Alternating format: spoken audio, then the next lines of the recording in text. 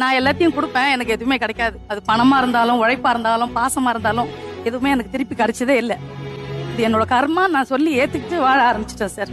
யாருக்கு நடிக்க தெரியுமோ அவங்கள சுத்தி தான் சார் சொந்தமே இருக்கும். நடிக்க தெரிஞ்சவங்களுக்கு சொந்தம் அதிகமா இருக்கும். யார் ஸ்ட்ரெயிட் ஃபார்வர்டா இருக்காங்களோ அவங்களுக்கு ஒருத்தர் கூட இருக்க மாட்டாங்க சார் கிட்ட. இதான் உண்மை.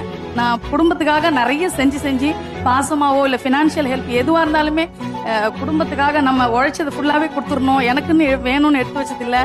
ஸோ எனக்குன்னு எதுக்கும் எந்த ஒரு கஷ்டம்னு எனக்கு வரும்போது அது சப்போர்ட் கிடைக்காதப்போ ரொம்ப மனசு கஷ்டமா இருக்கு சார். எல்லாமே நம்ம இப்ப பாசம் கூட என்கிட்ட அதிகமா இருக்கு சார். அவங்க கிட்ட ரொம்ப எதிர்பார்க்கிறேன் நான் பாசத்தை. பட் இப்ப நம்மளுக்கு உடம்பு முடியலையோ இல்ல, நான் பினான்சியலா அவங்க கிட்ட எதிர்பார்க்கறதே இல்ல. உடம்பு முடியாதப்போ ஒரு ஆறுதலான வார்த்தைகள் அது போதுமே. அது கூட கிடைக்காம அப்ப நம்ம என்ன எதுக்காக அவங்களுக்காக இருந்தோம்?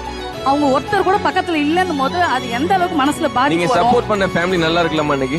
அதான் நான் உங்களுக்கு எதுவும் ஆகாது. இல்ல, இந்த பக்கம் போனா அந்த பக்கம் காட்டல. ஏசு இல்ல, எனக்கு அந்த அளவுக்கு எல்லாம் பக்குவம் கிடையாது. நீங்க ஹாஸ்பிட்டல் படுத்து இருக்கீங்க, நீங்க உழைச்சவங்க, உங்களுக்காக நீங்க எல்லாம் உங்களுக்காக பண்ணிருப்பீங்க.